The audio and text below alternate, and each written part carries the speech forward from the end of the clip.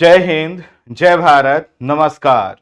मैं सुनील वर्मा आपका स्वागत करता हूं रिजल्ट मित्रा प्लेटफॉर्म पर। कल हम लोगों ने एक नई जर्नी स्टार्ट की थी क्लाइमेटोलॉजी अर्थात जलवायु विज्ञान की।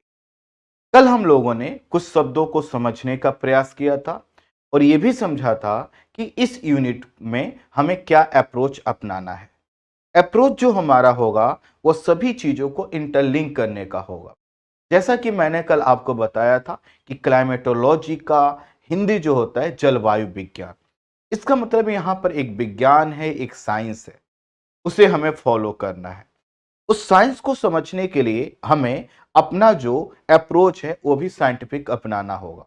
और कल की क्लास में मैंने इसी चीज को समझाने का प्रयास किया। आज हम वहीं से आगे बढ़ेंगे। मैं आगे बढ़ूं उससे पहले एक बार प्लीज मुझे ये कंफर्म कर दीजिए, क्या मेरी आवाज आप तक पहुंच पा रही है? क्या आप मुझे सुन पा रहे हैं, देख पा रहे हैं? सभी लोग बता दीजिए एक बार। सब लोग good afternoon, good afternoon, good afternoon. आप सभी का स्वागत है। आप सभी का स्वागत। तो चलिए टॉपिक को स्टार्ट करते हैं। उम्मीद करता हूं कि सभी लोग आ चुके होंगे। पहले हम 2 मिनट में कल वाली चीजों को एक बार रिवाइज कर लेते हैं। तो हम लोगों ने कल समझा था कि हम पढ़ेंगे जलवायु विज्ञान। जलवायु विज्ञान इसका मतलब यह है कि जो जलवायु है उसके बनने के या उसके स्वरूप में आने वाले बदलाव के विज्ञान को हम समझेंगे। जलवायु को मैंने क्या कहा था? यह एक दीर्घकालिक अर्थात लॉन्ग टर्म की क्लाइमेटिक कंडीशन है, अर्थात वायुमंडलीय दशा है। लॉन्ग टर्म की यह वायुमंडलीय दशा, और यह वायुमंडलीय दशा किस तरह से काम करती है, किस तरह से काम करती है, इसे हमें समझना है। और इसको अगर हम समझ लेंगे तो हम ये समझ पाएंगे कि आखिर किसी स्थान की जलवायु, किसी स्थान विशेष की जलवायु, किसी स्थान विशेष की जलवायु, है ना, जलवायु किसी खास प्रकार की क्यों है, किसी खास प्रकार की क्यों है। जैसे हम सुनते हैं कि भाई लद्दाख जो है वह ठंडी जलवायु वाला क्षेत्र है, ठंडा है। तो आखिर ये ठंडा क्यों है और ये कैसे ठंडा होता है, हम इसको समझ पाएंगे। हम समझ पाएंगे कि जो हमारा पूर्वोत्तर भारत है, जो हमारा पूर्वोत्तर भारत है वो आर्द्र क्यों है, अर्थात वहां पर नमी क्यों रहती है। हम इसी जलवायु के कॉन्सेप्ट से समझ पाएंगे कि जो राजस्थान का क्षेत्र है वो शुष्क क्यों है। इसका मतलब है कि जब हम इस विज्ञान को समझेंगे तो हम अपने देश में जो भौगोलिक दशाएं मिलती हैं उनके मिलने के कारण को समझ पाएंगे। जैसे कोई आपसे कहे कि भैया जलेबी मीठी होती है, आप कहोगे हाँ हाँ मीठी होती है। लेकिन अगर कोई आपको बताए कि आखिर जलेबी मीठी कैसे होती है, उसमें चीनी कैसे गया, रस कैसे गया, उसकी मिठास कैसे बढ़ी, इतनी तेजी से वो मीठी कैसे हो जाती है ना, अगर ये कोई समझाएगा तो आपका जो कॉन्सेप्ट है वो ज्यादा क्लियर हो पाएगा। क्योंकि हमें समझना होगा कि जो भी मीठी या नमकीन चीजें हम देखते हैं आखिर वहां तक वो चीजें पहुंचती कैसे, वो प्रक्रिया क्यों अपनाई जाती है। क्या हम जलेबी को इसी तरह से जैसे हम तेल में छानते हैं ऐसे ना छान कर किसी और तरह से हम बनाने का प्रयास करेंगे, जलेबी बनेगी नहीं। कि किसी स्थान इसी तरह से किसी स्थान विशेष की जो जलवायु है वो कुछ कंडीशन के अनुकूल होते हुए वैसी बनी होगी, कुछ कारणों से वैसी बनी होगी। राजस्थान, लद्दाख, केरला, पूर्वोत्तर भारत, मध्य भारत, मैदानी क्षेत्र या फिर सिक्किम की जो जलवायु है वो अलग अलग है, क्योंकि उसको बनाने के लिए उस जलवायु को निर्मित करने वाले जो कारक है वो अलग अलग तरीके से काम कर रहे होंगे। तो हमें उन्हीं कारकों को समझना है, और उन्हीं कारकों को समझने के लिए हम लोगों ने ये यूनिट स्टार्ट किया। जैसा कि हमने यहां पर देखा कि जब हम जलवायु शब्द प्रयोग कर रहे हैं तो ये जलवायु कहां पर घटित होता है, कहां बनता है? ये दरअसल एक वायुमंडलीय स्थिति है। क्या है? वायुमंडलीय स्थिति। जैसे हम कह रहे हैं कि हमें भी गर्मी लग रही है, हम कमरे में बैठे हुए हैं लेकिन गर्मी लग रही है। तो गर्मी क्यों लग रही है? क्योंकि गर्मी वायुमंडल में है। हम कहते हैं कि बारिश आ रही, तो कहां से आती है बारिश? वायुमंडल से होकर आती है। हम कहते हैं कि हमें ठंडी लग रही है आज, तो ये ठंडी कहां पर लगती है? वायुमंडल में लगती है।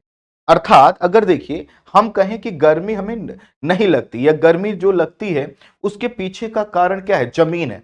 जमीन नहीं है, उसके पीछे कारण गर्मी है, अर्थात वायुमंडल है। ये वायुमंडल की ही गर्मी है जो हमें गर्मी दे रही है। नहीं तो आप तो सोचिए, आप घर के अंदर बैठे हुए हैं, किसी छाए वाले स्थान पर बैठे हुए हैं, अगर जमीन की गर्मी की बात होती तो जमीन से तो आप ऊपर उठे हुए हैं, आपको गर्मी नहीं लगनी चाहिए। गर्मी कौन सी लगती है? वायुमंडल की।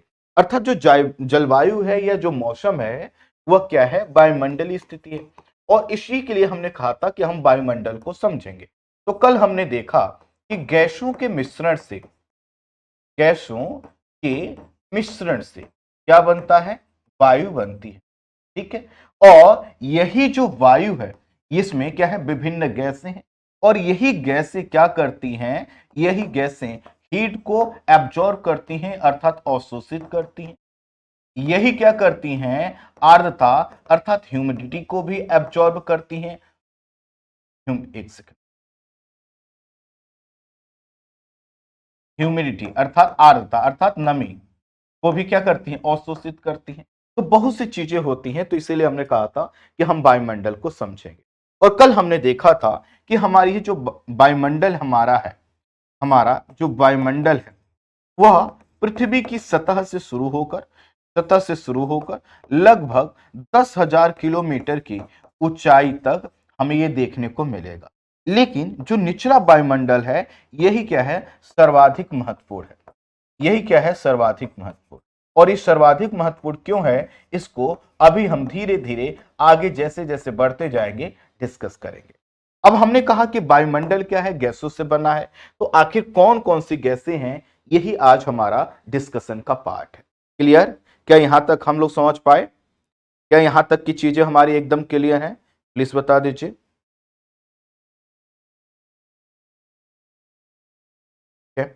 यहां तक सब लोग बता दीजिए एकदम क्लियर है? कल की क्लास से रिलेट कर पा रहे हैं, है ना? इतने में आपका रिवीजन भी हो गया, आपका दिमाग भी एक्टिव हो गया होगा, है ना? और आपका मौसम भी बन गया होगा कि हाँ चलो अब हम क्लाइमेटोलॉजी के मौसम वाले क्षेत्र में आ गए हैं, हम ना, हमारी सोच भी ऐसी बन गई।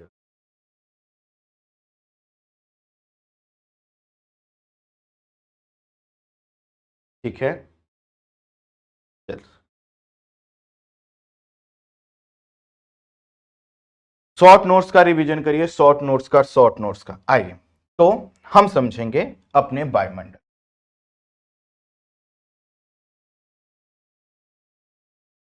वायुमंडल, तो वायुमंडल क्या है? गैसों का मिश्रण। हमारा जो वायुमंडल है वो क्या है? गैसों का मिश्रण। अब हमें यह समझना है कि आखिर कौन कौन सी गैसें हैं, कौन कौन सी गैसें हैं। तो ऐसा करते हैं, एक टेबल बना लेते हैं। ठीक है, एक टेबल बना लेते हैं। जैसे जैसे मैं लिखते चलूं आप भी लिखते चलिएगा। ठीक है, जैसे जैसे मैं लिखते चलूं लिखते चलिएगा। यहां पर लिखिए। तो N2 मतलब नाइट्रोजन 78.8%। कितना? 78.8%। फिर अगली गैस ऑक्सीजन। अगर आप शॉर्ट में भूल जाएं तो आप पूरा लिख लीजिएगा, है ना? 20%, 20.9%। फिर AR अर्थात आर्गन। ठीक है, आर्गन। अगर मैं लिख भी दूंगा इधर ना, मैं आगे चलकर लिखिए, यहां पर लिखते हो आर्गन। ठीक है, इस तरह से आर्गन। तो 0.93%, 0.93%। फिर उसके बाद CO2 अर्थात कार्बन डाइऑक्साइड 0.036%। CO2 हो गया। फिर उसके बाद नियॉन Ne, इसको लिख दीजिए नियॉन, नियॉन 0.002%। ठीक है, फिर उसके बाद लिखिए He अर्थात हीलियम, He अर्थात हीलियम, मैं लिख भी दे रहा हूं हीलियम, ठीक है, हीलियम 0.0005%, ठीक है। फिर लिखिए क्रिप्टॉन, एक सेकंड दीजिए, फिर लिखिए क्रिप्टॉन, के आर क्रिप्टॉन, पहले एक बार लिख लीजिए, फिर हम एक एक करके इनका डिटेल एनालिसिस करेंगे। क्रिप्टॉन, ठीक है, 0.001%। इधर लिख लीजिए चेनॉन अर्थात एक्शी, चेनॉन एक्शी, इसका परसेंटेज है 0.4x09%, ठीक है। फिर H2 अर्थात हाइड्रोजन 0.4x05%, ठीक है। तो ये हमारी गैसें हैं और इन गैसों से मिलकर हमारा वायुमंडल बना हुआ है। इसको भी लिख दे रहा हूं, कार्बन डाइऑक्साइड, कार्बन डाइऑक्साइड हो गया, ऑक्सीजन हो गया, ये हो गया नाइट्रोजन। क्लियर, चेनॉन हो गया, हाइड्रोजन हो गया, ठीक, क्लियर। तो हमने क्या देखा कि जो हमारा वायुमंडल है इसमें बहुत सी गैसें हैं। अब देखिए, हम ये कह रहे हैं कि ये हमारी पृथ्वी और इस पृथ्वी से लगा हुआ हमारा यह है वायुमंडल। अब ये जो वायुमंडल है इसमें भले ही मैं गैसों को एक ही कलर से दिखा रहा हूं, एक ही कलर से दिखा रहा हूं, एक ही जैसे पॉइंट से दिखा रहा हूं, लेकिन सभी गैसें क्या हैं, अलग अलग। दरअसल जो हमारा वायुमंडल है और इसमें जो मिलने वाली अधिकांश गैसें हैं वह क्या है, रंगहीन है। अधिकांश गैसें क्या है, रंगहीन है। और रंगहीन होने के कारण हमारा वायुमंडल भी क्या होता है, रंगहीन नजर आता है। तो ये हमारा वायुमंडल और इसमें क्या है, विभिन्न गैसें, विभिन्न गैसें। अब एक चीज समझिए, जैसे अगर हम सब लोग, आप मान लेते हैं 100-150 लोग हों और सभी लोग एक स्थान पर एकत्रित हों, तो क्या सभी का व्यवहार एक जैसा होगा कि अलग अलग होगा? आप कहेंगे नहीं सर, सबका व्यवहार एक जैसा होगा। सबकी भूख क्या होगी, खाने पीने की अलग होगी। सबका ग्रास्पिंग पावर अर्थात समझने का लेवल अलग अलग होगा। सबका आउटपुट क्या होगा, अलग अलग होगा। तो जिस तरह से हम 100 लोग मिलेंगे तो हम 100 लोगों की विशेषताएं अलग अलग होंगी, ठीक इसी तरह से यहां पर विभिन्न गैसें पाई जाती हैं। और ये जो गैसें हैं, है ना, तो सभी गैसों की अपनी विशेषता होगी, होगी कि नहीं होगी? जैसे नाइट्रोजन की अपनी विशेषता होगी, ऑक्सीजन की अपनी विशेषता होगी, कार्बन डाइऑक्साइड की अपनी विशेषता होगी, हीलियम की अपनी विशेषता होगी। तो गैसों की क्या होगी, अपनी विशेषता। और अपनी विशेषता के अनुसार ही गैस क्या करेंगे, व्यवहार करेंगे। तो गैस का जो व्यवहार है वह क्या होगा, उसी अनुरूप होगा। अब समझिए ये बात मैं क्यों कह रहा हूं। मैंने कहा कि हमारा वायुमंडल इतनी गैसों से मिलकर बना है, लेकिन किसी क्षेत्र विशेष में अगर नाइट्रोजन अधिक पाया जाता है तो वहां पर जो वायुमंडल, उसमें किसका डोमिनेंट नेचर होगा, नाइट्रोजन का। और नाइट्रोजन के हिसाब का वायुमंडल हमें मिलेगा। कहीं के वातावरण में या वायुमंडल में अगर कार्बन डाइऑक्साइड ज्यादा पाया जाएगा तो वहां का वायुमंडल अलग होगा। एक व्यवहारिक एग्जांपल से समझते हैं। जैसे मान लेते हैं हम एक पठारी क्षेत्र पर हैं और पठारी क्षेत्र पर हैं, वहां पर पेड़ पौधे हैं, बिल्कुल साफ एरिया है, कोई भी ह्यूमन एक्टिविटी नहीं है। वहां का जो वायुमंडल है वो बड़ा ही साफ सुथरा स्वच्छ टाइप का आपको दिखाई देगा, क्योंकि वहां पर ये सभी गैसें हो सकता है एक निश्चित अनुपात में बहुत बेहतर तरीके से मिले हुए। फिर उसके बाद उस स्थान से हम आ जाते हैं शहर में। शहर में। अब शहर में जब आप आएंगे तो आप देखेंगे कि कार्बन डाइऑक्साइड जैसी जो गैस है वह ज्यादा दिखाई देगी। तो शहर में आएंगे या किसी इंडस्ट्रियल एरिया में आएंगे तो आपको गर्मी लगेगी। तो गर्मी वहां पर क्यों लग रही है? क्योंकि अन्य स्थानों की अपेक्षा वहां पर कार्बन डाइऑक्साइड क्या है? अधिक है। तो कार्बन डाइऑक्साइड जब अधिक होगा तो वहां पर आपको गर्मी का एहसास होगा। जैसे हम दिल्ली वाले क्या करते हैं कि इस गर्मी से झुलसते रहते हैं, इस गर्मी से ही क्या करते हैं, परेशान रहते हैं। और इसके पीछे का कारण क्या है? इसके पीछे का कारण यह है कि यहां पर कार्बन डाइऑक्साइड की मात्रा अधिक है। तो दिल्ली वाले फिर भाग कर कहां जाते हैं अपने वीकेंड पर? वह जाते हैं पर्वतीय क्षेत्रों की। पर्वतीय क्षेत्रों पर जंगलों की ओर जाते हैं क्योंकि वहां पर पेड़ पौधे मिलते हैं, वहां पर ऑक्सीजन मिलता है, वहां का वायुमंडल ठंडा होता है। ठीक इसी तरह से अभी कोई दक्षिण भारत चला जाए तो वहां पर जाएगा तो इस समय वहां पर हाइड्रोजन का अनुपात ज्यादा मिलेगा, जल वाष्प का अनुपात ज्यादा मिलेगा, वहां पर उमस मिलेगी। इसका मतलब यह है कि जैसे 10 लोग क्या हो, स्टूडेंट हो बड़े तेज तर्रार वाले, 10 लोग मेरे जैसे डब्बा लोग हो, 10 लोग यहां पर क्या हो, क्रिमिनल टाइप के हो, 10 लोग यहां पर क्या हो, असामाजिक तत्व हो। तो सभी हैं तो 10 10 लोग ही, लेकिन सबका व्यवहार क्या होगा, अलग अलग होगा। सबकी एक्टिविटी अलग अलग होगी और उसी प्रकार की सोसाइटी वहां पर बनेगी। जब आप एक अधिकारी बनेंगे तो आपके ऊपर एक क्या प्राथमिक जिम्मेदारी होगी कि जो एंटी सोशल एलिमेंट्स हैं उनको कंट्रोल किया जाए। क्योंकि अगर किसी क्षेत्र में 10 और 15 जो है कि क्रिमिनल टाइप के लोग होंगे तो वो क्या करेंगे, पूरे समाज को प्रदूषित कर देंगे।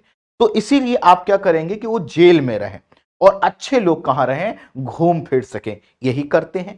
ठीक इसी तरह से जो हमारा वायुमंडल है, इस वायुमंडल में हर तरह की गैसें उपलब्ध है। सभी गैसों की अपनी विशेषता है। जहां पर जो गैस अधिक होगी उसी के अनुसार हमें वायुमंडल दिखाई देगा। ठीक है, तो क्या यहां वाली बात को हम आगे बढ़ाते हुए मैं आपसे यहां पर पूछ सकता हूं? तो हमने क्या देखा कि वायुमंडल में क्या है, वायुमंडल में विभिन्न गैसें। ठीक है, वायुमंडल में क्या है, विभिन्न गैस। और वायुमंडल में जो विभिन्न गैसें हैं सबकी अपनी अपनी विशेषता, सबकी विशेषता अलग अलग। इसी कारण जहां पर जैसी गैस जैसी गैस अधिक होगी वहां का वायुमंडल वहां का वायुमंडल भी उसी अनुसार होगा, हुई उसी अनुरूप होगा, उसी अनुरूप। जैसे जहां पर ऑक्सीजन की अधिकता होगी वायुमंडल यहां पर क्या होगा, ठंडा ठंडा होगा। वायुमंडल क्या होगा, ठंडा होगा। आप जंगल में जाते ही ऑक्सीजन ज्यादा मिलता है, वायुमंडल आपको ठंडा लगता है। जहां पर CO2 क्या होगा, अधिक होगा, वहां पर क्या होगा, आपको गर्मी ज्यादा लगेगी। ठीक है, जहां पर H2 ज्यादा होगा वहां पर आपको उमस ज्यादा लगेगी, है ना। वहां पर चिपचिपापन ज्यादा होगा क्योंकि वहां पर ह्यूमिडिटी क्या होगी, ज्यादा होगी। तो हम देख रहे हैं कि अलग अलग गैस अलग अलग व्यवहार करती है। तो अब हमें यह समझना है कि भाई ठीक है, हमने ये तो समझ लिया कि बहुत सी गैसें हैं। अब कौन सी गैस किस प्रकार की विशेषता धारित करती है, हम क्या करते हैं इसको समझ लेते हैं। इसके लिए हमें क्या करना होगा, सभी गैसों को सभी महत्वपूर्ण गैसों महत्वपूर्ण गैसों के विषय में सभी महत्वपूर्ण गैसों के विषय में हमें क्या होगा, समझना। ठीक, क्लियर। अब हम गैसें भी समझेंगे और आगे चलकर धूल कण और अन्य चीजें भी समझेंगे। यहां तक एकदम बात क्लियर हो गई, एकदम क्लियर हो गई, ठीक है। आई, तो हम क्या करते हैं, सभी मत, अब इसमें हम पहली गैस लेते हैं जो सबसे ज्यादा गैस मात्रा में थी, वो कौन सी थी, नाइट्रोजन, ठीक है। आप यहां पर परसेंटेज देख लीजिए, इस सब परसेंटेज में लिखा हुआ है, ठीक, सभी गैसों का परसेंटेज देख लीजिए, यहां पर आइए, तो हम आ जाते हैं नाइट्रोजन, और नाइट्रोजन को हमने क्या किया, इस तरह से घेर दिया, ठीक है। अब हमें बात करना है नाइट्रोजन गैस के विषय में। चलिए पॉइंट को नोट करिए, एक एक चीज को समझते हैं। तो अगर मैं आपसे पूछूं कि आखिर यह नाइट्रोजन गैस किस लिए इंपॉर्टेंट है, किस लिए महत्वपूर्ण है, तो आप क्या बताएंगे कि सर ये जो नाइट्रोजन गैस है, यह सबसे बड़ा जो काम करती है, यह अन्य गैसों को रासायनिक क्रिया नहीं करने देती। आप समझिए, जैसे आपके परिवार में, है ना, कुछ बच्चे हैं और कुछ बुजुर्ग हैं, कुछ मैच्योर लोग हैं। तो जो बुजुर्ग या मैच्योर लोग हैं, वो क्या करते हैं, उनका जो पहला काम है वह ये होता है, वह ये सुनिश्चित करें कि कोई किसी को परेशान ना करे। नहीं तो बच्चे क्या करेंगे, एक दूसरे का बाल पकड़कर कहेंगे लाओ अभी नोच डालते हैं, तुम्हारा हेयर कट अच्छा नहीं है, तो लड़ने नहीं देते। ठीक इसी तरह से जो नाइट्रोजन गैस है, यह इतनी अधिक मात्रा में है कि क्या करती है, गैसों को दूर दूर रखकर, या दूसरे शब्दों में कहें तो रासायनिक क्रिया करने से रोक लेती है। इसको उस रूप में समझिए, जैसे आपने देखा होगा कि जब लड़ाई हो जाती है, और लड़ाई हो गई, है ना, लड़ाई हो गई और आप बीच बचाव करने गए, चार लोग लड़ रहे थे और आप ही बीच बचाव करने गए, और जब बीच बचाव करने गए तो आप ही को धरकर उन्होंने क्या किया, धुन दिया, है ना, आप ही को कर क्या कर दिया, धर के धुन दिया। क्यों, क्योंकि आप अकेले थे। लेकिन सोचिए, अगर हम अकेले ना होकर कुछ लोगों के साथ यह कार्य करें तो क्या होगा, आसानी से हम उनको पृथक कर सकते हैं। तो पहली विशेषता तो यही है, ये गैस क्या करती है, अन्य गैसों के जो अभिक्रिया हो सकती थी, है ना, है ना, जो अभिक्रिया हो सकती थी उसको रोकते हैं। तो आइए देखते हैं। तो पहली विशेषता इसकी, सर्वाधिक मात्रा में मिलने वाली गैस, सर्वाधिक मात्रा में मिलने वाली गैस, मिलने वाली गैस, और सर्वाधिक मात्रा में कितना है, तो 78.8, 78, एक सेकेंड, 78.8%। इसका मतलब है कि अगर स्टेटमेंट ये हो कि यह गैस 3/4 है, टोटल वायुमंडल में मिलने वाली गैसों का 3/4 गैस सिर्फ और सिर्फ नाइट्रोजन है, तो आप कहेंगे कि बिल्कुल ठीक बात है। इसकी हमने एक विशेषता देखा कि यह अन्य गैसों को, यह अन्य गैसों को निष्क्रिय रखने में, यह अन्य गैसों को निष्क्रिय रखने में महत्वपूर्ण रोल अदा करती है, महत्वपूर्ण भूमिका निभाती है। यही वो गैस है जो आग लगने की रोक, आग लगने की घटना को रोकती, घटना को रोकती। अच्छा, आप लोगों ने ये जो सेफ्टी सिलेंडर होते हैं फायर वाले, आपने इसको देखा है, फायर वाले सेफ्टी सिलेंडर को देखा है क्या, मैंने कभी नहीं देखा। इसमें कौन कौन सी गैसें पाई जाती हैं, आप में से किसी भाई बहन को अगर जानकारी हो तो थोड़ा सा प्रकाश डालें, प्रकाश डालिए थोड़ा सा। तो हमने कहा ये आग लगने की घटना को रोकती है। जो सबसे महत्वपूर्ण रोल है वह ये है कि भैया ये जो नाइट्रोजन है ना, यह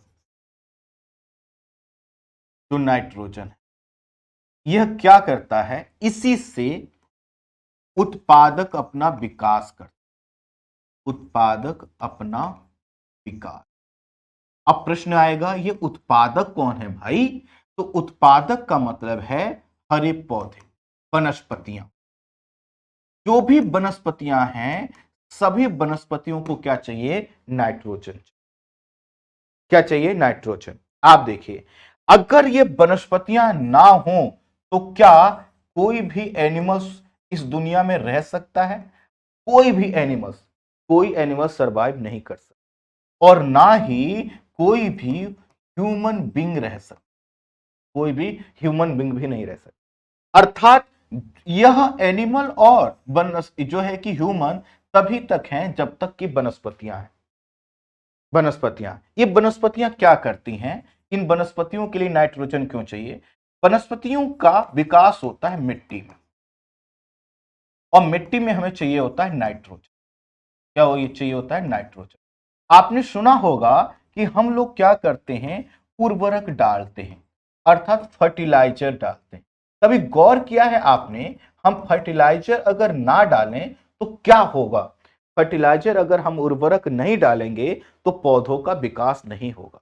हमारी मिट्टी में लगभग लगभग 5%, एक सेकंड दीजिएगा, हमारी मिट्टी में लगभग, कई साइन है, पॉइंट क्यों लग जा रहा, लगभग 5% नाइट्रोजन पाया जाता है। अब ये जो नाइट्रोजन है ये कहां पर है? मिट्टी में।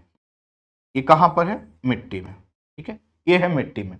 तो मिट्टी में जो नाइट्रोजन है, जब पौधे अपना विकास करते हैं, पौधे अपना विकास करते हैं, तो वह मिट्टी से क्या करते हैं?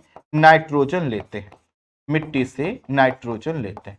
अब मिट्टी से नाइट्रोजन वो ले रहे हैं, तो इसका मतलब है कि मिट्टी में नाइट्रोजन बनाने वाले कोई ना कोई तो होगा, जो मिट्टी में क्या करता होगा? मिट्टी में नाइट्रोजन बनाने वाले, नाइट्रोजन को मैं N2 लिख दे रहा हूं शॉर्ट में, ठीक है। मिट्टी में N2 बनाने वाले कुछ जीव होते हैं, बनाने वाले कुछ जीव होते हैं और कुछ पौधे होते हैं। और ये जीव और पौधे ही क्या करते हैं? यह वायुमंडल के, यही क्या करते हैं? वायुमंडल के नाइट्रोजन को मिट्टी में मिलाते हैं। इसका मतलब यह है मिट्टी में मिलाते हैं। इसका मतलब है कि वायुमंडल में ये जो नाइट्रोजन है, ये कहां पर है? वायुमंडल में। वायुमंडल में यह नाइट्रोजन है। तो हम इस N2 का प्रत्यक्ष प्रयोग नहीं कर सकते, प्रत्यक्ष प्रयोग हम नहीं कर सकते। प्रश्न आएगा, प्रत्यक्ष प्रयोग हम नहीं कर सकते तो कौन नहीं कर सकता? तो वनस्पति भी नहीं कर सकती और ह्यूमन बीइंग भी नहीं कर सकते। तो प्रश्न आएगा, क्या इंसानों के लिए नाइट्रोजन जरूरी है? क्या इंसानों के लिए नाइट्रोजन जरूरी है? तो हम कहेंगे जी हां, हमारे विकास के लिए। अर्थात विकास का मतलब है कि हमारी जो शारीरिक आकार है वह विकसित हो, उसके लिए, हमारी प्रतिरक्षा के लिए, हमारी इम्यूनिटी अर्थात प्रतिरक्षा के लिए, ठीक है, और हमारे मस्तिष्क के लिए क्या है? नाइट्रोजन इंपॉर्टेंट है। और इसीलिए हम क्या करते हैं? हम ह्यूमन बीइंग नाइट्रोजन को कैसे प्राप्त करते हैं वो भी समझिए। हम लोग क्या करते हैं? नाइट्रोजन प्राप्त करने के लिए हम लोग एमिनो एसिड्स लेते हैं, अमीनो एसिड्स, या फिर हम प्रोटीन लेते हैं। हम क्या करते हैं? प्रोटीन लेते हैं। तो ये जो प्रोटीन बना है, दरअसल प्रोटीन क्या होता है? अमीनो एसिड्स होते हैं। कई अमीनो एसिड्स जुड़कर प्रोटीन बनाते हैं, और कई अमीनो एसिड्स किससे बने होते हैं? प्रोटीन से। अर्थात नाइट्रोजन किस में कन्वर्ट हो जाता है? अमीनो एसिड्स में। अमीनो एसिड्स किस में कन्वर्ट होता है? प्रोटीन में। और जब हम प्रोटीन का इंटेक करते हैं तो न सिर्फ हमारा शारीरिक विकास होता है बल्कि मानसिक विकास होता है। अब समझिए कि अगर पौधे ना हो तो हमारे तक क्या कोई भी प्रोटीन का सोर्स पहुंचेगा? देखिए, हम प्रोटीन किससे प्राप्त करते हैं? या तो एनिमल से प्राप्त करते हैं या फिर वेजिटेबल चीजों से प्राप्त करते हैं। ये जैसे हम दाल खा रहे हैं, दाल कहां से आ रहा है? यह दाल आ रहा है खेत से। हम लोगों ने मिट्टी में क्या किया? दलहनी फसलों को लगाया। लेकिन दलहनी फसलें भी ये विकास कैसे कर सकती हैं जब मिट्टी में नाइट्रोजन हो? तो दुनिया में जितनी भी चीजों का उत्पादन होता है, उन सभी चीजों के उत्पादन के लिए हमें चाहिए होता है नाइट्रोजन। और नाइट्रोजन ही क्या होता है, अलग अलग रूप में पौधों के माध्यम से जानवरों तक और जानवरों से होते हुए हम तक भी आता है। और कई बार हम जो है कि शाकाहारी स्रोत से भी जो है प्रोटीन या फिर नाइट्रोजन प्राप्त करते हैं। इसका मतलब यह है कि नाइट्रोजन हमारे लिए भी उपयोगी है और प्लांट्स के लिए भी उपयोगी है। और ये पूरी जो प्रक्रिया है बहुत ही स्मूथ तरीके से चलती है। इसका मतलब यह है कि हम नाइट्रोजन प्राप्त करने के लिए अलग से कोई एफर्ट्स नहीं लगाते हैं, लेकिन हमें नाइट्रोजन मिल जाता है क्योंकि प्रकृति ने एक प्रक्रिया बना रखा है, एक चक्रीय व्यवस्था बना रखा है। और चक्रीय व्यवस्था में क्या है कि जो वायुमंडल में नाइट्रोजन है, पौधे इसका डायरेक्ट तो प्रयोग नहीं करेंगे, लेकिन मिट्टी में बहुत से हमने क्या कर रखे हैं, जीव रख रखे हैं, कीड़े रख रखे हैं, बहुत से वनस्पतियों का भी हमने प्रकृति ने विकास कर रखा है। यही क्या करते हैं, वायुमंडल के नाइट्रोजन को कन्वर्ट करके, है ना, नाइट्रोजन को, वायुमंडलीय नाइट्रोजन को कन्वर्ट करके उसको क्या करते हैं, मिट्टी में मिला देते हैं। देखिए नाइट्रोजन एक गैस में के रूप में है, लेकिन इसको मिट्टी में मिलाने के लिए क्या होता है, कई तरह की प्रक्रिया होती है। इसी को बोलते हैं, आगे चलकर मैं नाइट्रोजन साइकिल जब पढ़ाऊंगा फिर से इस चीज को डिस्कस करूंगा। नाइट्रोजन साइकिल में क्या होता है कि कुछ जीव क्या करते हैं, नाइट्रिक कार्य की भूमिका निभाते हैं। तो नाइट्रिक कार्य का मतलब क्या हुआ कि वह क्या करेंगे, नाइट्रोजन को मिट्टी में मिलाएंगे, ठीक है। इसको बोलते हैं नाइट्रोजन फिक्सेशन। मैं लिख भी देता हूं। तो चलिए आगे बढ़ा लूं, यहां पर जगह कम है, आगे लेकर चलता हूं मैं, है ना। तो हमारी जो मिट्टी है ना, आगे इसको फिर मैं डिटेल में डिस्कस करूंगा। तो इस मिट्टी में कुछ नाइट्रोजन फिक्सेशन करने वाले, फिक्सेशन,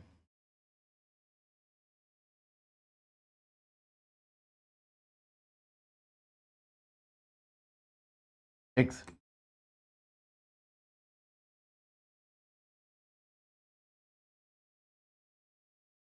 एक सेकंड।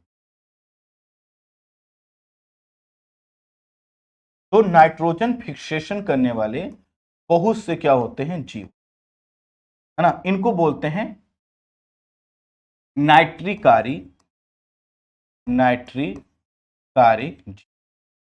और ये नाइट्रिकारी जीव क्या करते हैं, ये जीव क्या करते हैं, मिट्टी में, मिट्टी में, मिट्टी में नाइट्रोजन को मिला देते हैं। नाइट्रोजन को, नाइट्रोजन की अलग, नाइट्रोजन के विभिन्न रूपों में, नाइट्रोजन के विभिन्न रूपों में बदल देते, में बदल देते। और इसकी वजह से पौधे, पौधे अपनी जड़ों के माध्यम से, पौधे जड़ों के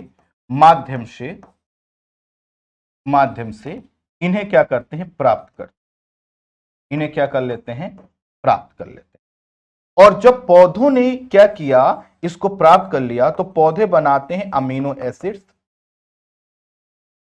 और इन्होंने बनाए अमीनो एसिड्स। अब हम क्या करें, इसी अमीनो एसिड्स को डायरेक्ट प्रकृति से ले लें, या फिर मान लेते हैं कि पौधों ने अमीनो एसिड्स बनाया और फिर आया ये एनिमल्स के पास, और अमीनो एसिड्स जुड़कर क्या बन जाते हैं, यही बन जाते हैं प्रोटीन के रूप, क्या बन जाते हैं, प्रोटीन। तो चाहे हम एनिमल्स के माध्यम से प्रोटीन प्राप्त करें या फिर डायरेक्ट हम प्राप्त करें, इसके लिए जरूरी है कि पौधों को क्या मिलता रहे, नाइट्रोजन मिलता रहे। तो ये नाइट्रोजन, नाइट्रोजन फिक्सेशन अर्थात नाइट्रिकारी जीव क्या करते हैं, इंपॉर्टेंट रोल प्ले करते हैं। यही कारण है कि आजकल जब हम देखते हैं कि हमें उत्पादन बढ़ाना है, ठीक, एक सेकंड थोड़ा सा पीछे से चलते हैं।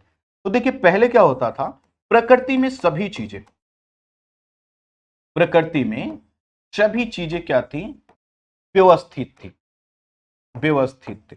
व्यवस्थित होने का मतलब है कि हम मिट्टी से जितना नाइट्रोजन प्राप्त करते थे, मिट्टी से जितना नाइट्रोजन हम प्राप्त करते थे,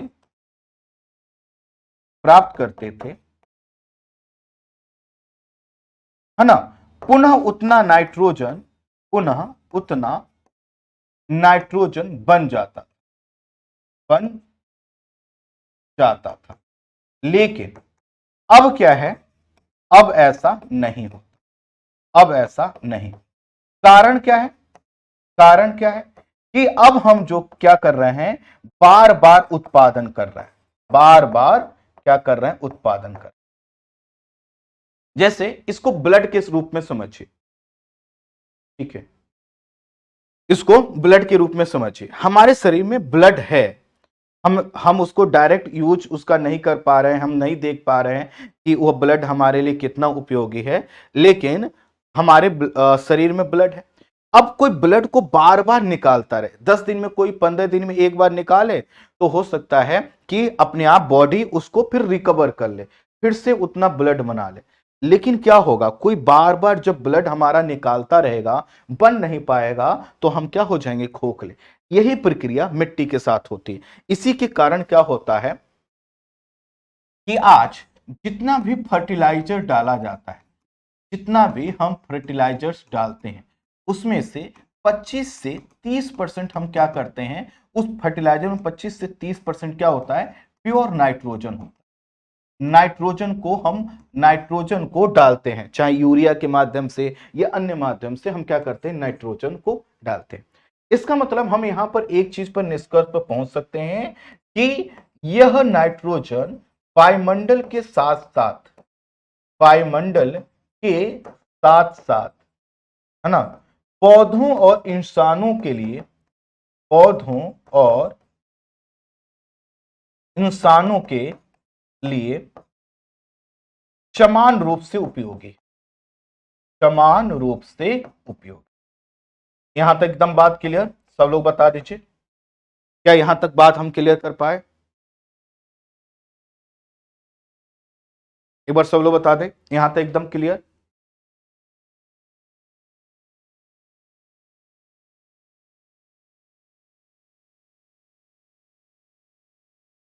अब ऐसा नहीं है, इसके पीछे का कारण क्या है, बार बार उत्पादन।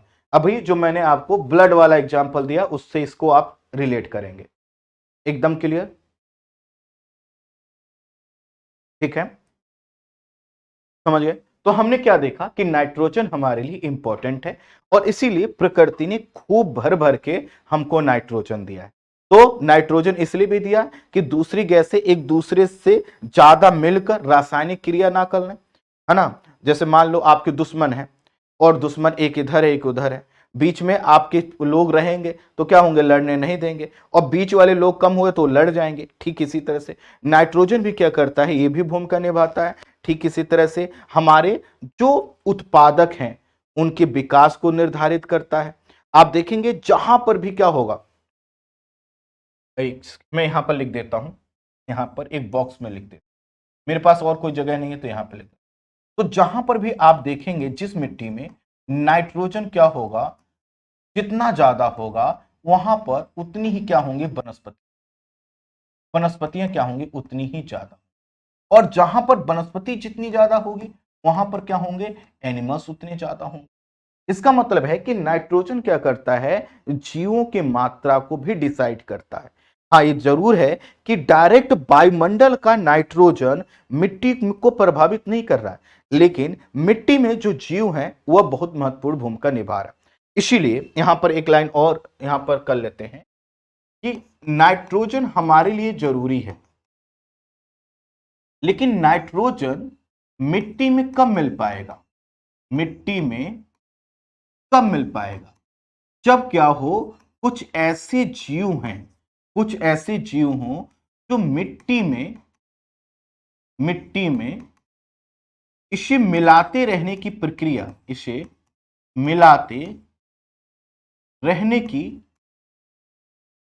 प्रक्रिया को क्या करें, जारी रखें। अब दिक्कत क्या हो रहा है, ये जो जीव है ना, इस समय हम लोग क्या कर रहे हैं, अधिक उत्पादन के लिए, अधिक उत्पादन के लिए हम मिट्टी को समय नहीं दे रहे हैं, समय नहीं दे रहे हैं। और समय ना देने के कारण मिट्टी में नाइट्रोजन क्या हो रहा है, नाइट्रोजन घटता जा रहा है। दूसरा सब दूसरी चीज, ये जो जीव है ना, क्या होता है, हम बहुत से कीटनाशक का प्रयोग करते हैं, बहुत से हम कीटनाशक का प्रयोग करते हैं, और इन कीटनाशकों के प्रयोग से, है ना, ये जो नाइट्रिकारी जीवाणु है, नाइट्रिकारी जो जीवाणु है, ये भी क्या हो जाते हैं, मर जाते हैं। और इसकी वजह से जो मिट्टी है वह क्या होती है, धीरे धीरे धीरे धीरे वो क्या हो जाएगी, बंजर बन जाती, धीरे धीरे क्या हो जाती है, बंजर बन। क्लियर? ठीक है, क्लियर।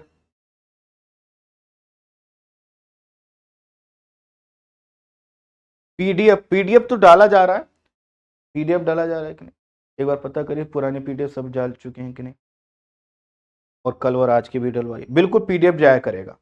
ठीक है, पवन जी कह रहे हैं स्पीड ज्यादा, अरे अब स्पीड नहीं बढ़ाएंगे तो कब बढ़ाएंगे बताइए, इतना दिन हो गया हम लोगों को शॉर्ट नोट्स बनाते हुए, अब तो हमारी स्पीड वैसे भी निकल कर आनी चाहिए।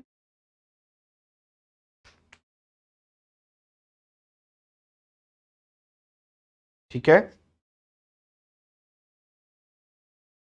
अनामिका जी मैं आपका मैसेज दिखवा लूंगा, आप परेशान मत होइए।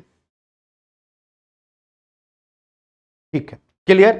तो हमने क्या समझा कि भाई ये जो हमारे लिए वायुमंडल में ये जो नाइट्रोजन है ना, नाइट्रोजन है, ये इंपॉर्टेंट है। तो अगर अब आपको नाइट्रोजन के विषय में 100 शब्द कहीं लिखने को आ जाए, 50-100 शब्द, तो लिख देंगे क्या? क्या नाइट्रोजन पर 50-100 शब्द हम लिख देंगे क्या? एक बार बता दीजिए, लिख देंगे? ठीक है, तेजी से लिखिए, तेजी से लिखिए, है ना, तेजी से लिखिए आप लोग। अभी पीडीएफ डाल भी दी जाएगी, है ना, क्लास में डाल भी दी जाएगी। ठीक है, चलिए आइए अब आ जाते हैं दूसरी महत्वपूर्ण गैस, वह है हमारी ऑक्सीजन। वो क्या है, ऑक्सीजन। तो अगर मैं आपसे पूछूं कि ऑक्सीजन क्यों इंपॉर्टेंट है, तो आपका पहला आंसर होगा क्योंकि सर इसी की वजह से हमारा जीवन है।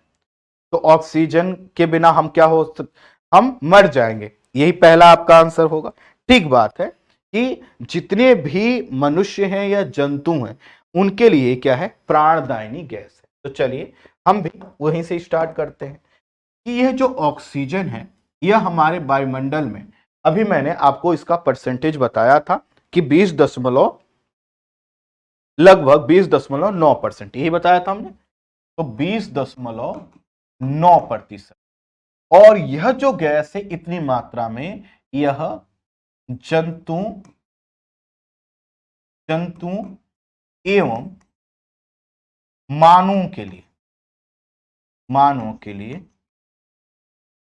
क्या है, प्राणदायिनी है, प्राणदायिनी गैस है। इसका मतलब क्या है कि अगर हमें ऑक्सीजन नहीं मिलेगा,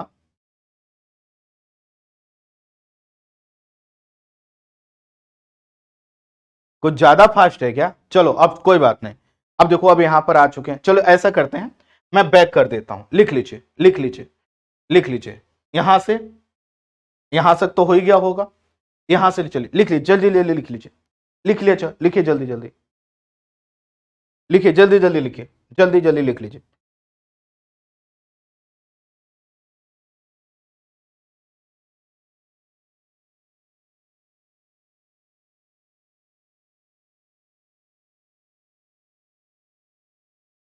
लेकिन आप लोग एक काम कीजिए, स्पीड बढ़ाइए, है ना, नहीं तो मालूम चला हम लोगों ने 2 पंचवर्षीय योजना तक जीएस पढ़ रहे हैं, समझ रहे हैं, फिर बहुत दिक्कत हो जाएगी, है ना।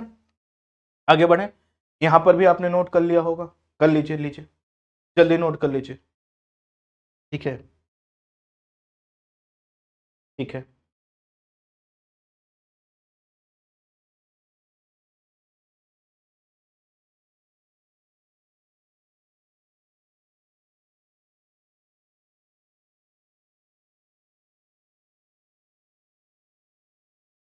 आई तो हम बात करते हैं ऑक्सीजन के विषय में। तो ये जंतुओं और मानवों के लिए क्या है, प्राणदायिनी गैस है। इसका मतलब यह है कि हम और आप तभी तक बोल रहे हैं, कोई एक्टिविटी कर रहे हैं, जब तक हमें ऑक्सीजन मिल रहा है। आपने एक घटना सुना होगा, वह है हार्ट अटैक की घटना, है ना। हमारा जो दिल है वो धड़कते धड़कते रुक जाता है, किसी की याद में नहीं, है ना। जैसे कोई आपको छोड़कर चला जाए, आप दुखी हो जाते हैं, आपको लगता है कि क्या ही जीवन होगा, तो उसके अभाव में आपको लगता है कि अब मर जाए, लेकिन आप मरते नहीं हैं। लेकिन अगर ऑक्सीजन आपका साथ छोड़ दे, जैसे हमारे अंदर ऑक्सीजन कैसे जाता है, ब्लड के माध्यम से जा रहा है। ब्लड का सर्कुलेशन अगर दिल में पहुंचना रुक जाए, है ना, हार्ट में पहुंचना रुक जाए, तो हमारा दिल क्या होता है, बंद हो जाता है। तो ऑक्सीजन अगर हमारा साथ छोड़कर जाता है तो हम ईश्वर के पास चले जाते हैं, कोई दूसरा छोड़कर जाता है तो बस दुख होता है। ठीक। अब ऑक्सीजन के अभाव में हमारी यह जो कंडीशन हो गई, इससे क्या पता चलता है कि प्राण तभी तक है जब तक ऑक्सीजन है। आप देखिए कोविड के समय बहुत से लोगों को कोविड हुआ, मुझे भी हुआ, और एक बार के लिए तो यही लगा था कि अब तो ऑक्सीजन नहीं मिलेगा और ईश्वर के पास चले जाएंगे। लेकिन फिर ईश्वर ने कहा कि ऐसा कैसे बच्चे, है ना, अगर तुम चले जाओगे तो इतने सस्ते में, इतने मेहनत से, फिर बच्चों को कौन पढ़ाएगा। तो हमने ईश्वर से कहा कि ठीक बात है, शक्ति दीजिए, है ना, मेहनती बनाइए। तो ईश्वर ने शक्ति दिया और मेहनती बनाया। पॉइंट टू बी क्लियर कि ऑक्सीजन हमारे लिए किस तरह से इंपॉर्टेंट।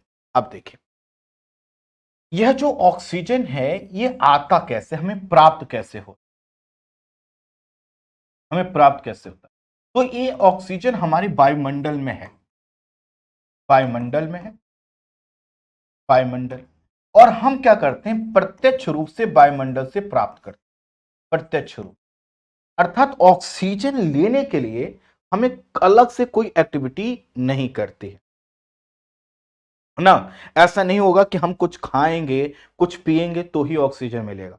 हम डायरेक्ट प्रत्यक्ष रूप से ऑक्सीजन को प्राप्त कर, और यह जो प्रत्यक्ष रूप से ऑक्सीजन मिल रहा है, ये कब तक मिलता है, यह कब तक मिलता है। तो आप कहेंगे तब तक मिलता है जब तक वहां का वायुमंडल क्या हो, वहां का वायुमंडल अति प्रदूषित ना हो जाए, अति प्रदूषित ना हो जाए। इसका क्या मतलब हुआ, अभी देखिए जहां पर हम एक क्लास ले रहे हैं, यहां से लगभग 1 किलोमीटर की दूरी में एक इलाके में आग लगी, कई बिल्डिंगें जो है कि खाक हो गई। तो वहां से एक जो काला कलर का धुआं उठ रहा है, क्या मैं उस वायु वहां के वायुमंडल में जाऊंगा तो मुझे ऑक्सीजन मिलेगा? इसका उत्तर है नहीं। इसका मतलब है कि ये स्टूडियो है। अभी किसी को लगे ये सोफा तो अच्छा बिल्कुल भी नहीं लग रहा, ये टेबल भी तो नहीं ठीक लग रही, कलर ठीक नहीं है ना, ये जो थोड़ा बहुत कंप्यूटर कंप्यूटर का सामान है पुरानी टेक्नोलॉजी का लगता है, चला दो। ऐसा जैसे ही आप करेंगे, अब क्या हो जाएगा, यहां का वायुमंडल अति प्रदूषित, और अति प्रदूषण की वजह से यहां पर क्या होगा, जहां पर भी अति प्रदूषण की कंडीशन होती है वहां पर ऑक्सीजन क्या हो जाता है, कम हो जाता है, जल जाता है, खत्म हो गया ऑक्सीजन, अब वहां कम हो गया। तो ऑक्सीजन जब कम हो जाएगा तो हमको क्या होगी, घुटन होगी। आप देखिए जहां पर भी आग लगती है वहां पर हमें घुटन होने लगती है, जहां धुआं रहता है वहां पर हमें घुटन होने लगता है। कारण क्या है कि वहां से ऑक्सीजन गायब हो जाता है। तो जो ऑक्सीजन है ये प्राप्त होता रहे, इसके लिए जरूरी है कि हमारे पास उत्पादक हो। कौन से भाई उत्पादक, कौन होंगे, तो वनस्पतियां हों, वनस्पतियां। अर्थात जो ये वनस्पतियां हैं, ये जो प्लांट्स हैं, यह ऑक्सीजन हम तक पहुंचाने में एक माध्यम का काम करती हैं। कैसे माध्यम, जैसे दिल्ली में बहुत प्रदूषण है, लेकिन हमने क्या कर रखा है, तब 10 से 15 वनस्पतियां और पौधे अपने पास रख रखे, और 10 से 15 पौधों के माध्यम से हम ये सुनिश्चित करने का प्रयास करते हैं कि उनसे निकलने वाला ऑक्सीजन हम तक पहुंचता रहे, क्या रहे, ऑक्सीजन पहुंचता रहे। अब हो क्या रहा है कि बाकी सब जगह तो प्रदूषण है, लेकिन वहां पर जहां पर वो ऑक्सीजन मिल रहा है वहां पर कुछ तो राहत है। जैसे आप देखिए, कभी इंडस्ट्रियल एरिया से बाहर की ओर जाइएगा, जैसे ही कोई आपको वनस्पति वाला क्षेत्र मिलेगा, आपको बड़ा राहत मिलेगी। कारण क्या है कि ये जो वनस्पतियां ये क्या करती हैं, O2 का उत्सर्जन करती हैं। ये क्या करती हैं, O2 का उत्सर्जन करती हैं, और दूसरा यह CO2 का अवशोषण करती हैं। इसका मतलब आप समझ रहे हो, ये हमें अमृत देती हैं और जहर लेती हैं। क्या करती हैं?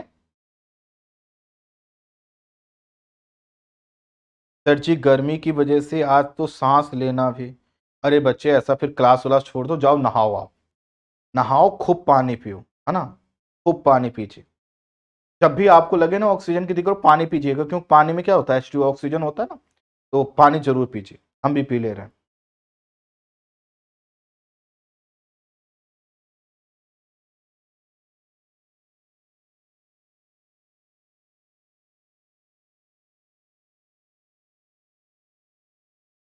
ठीक है।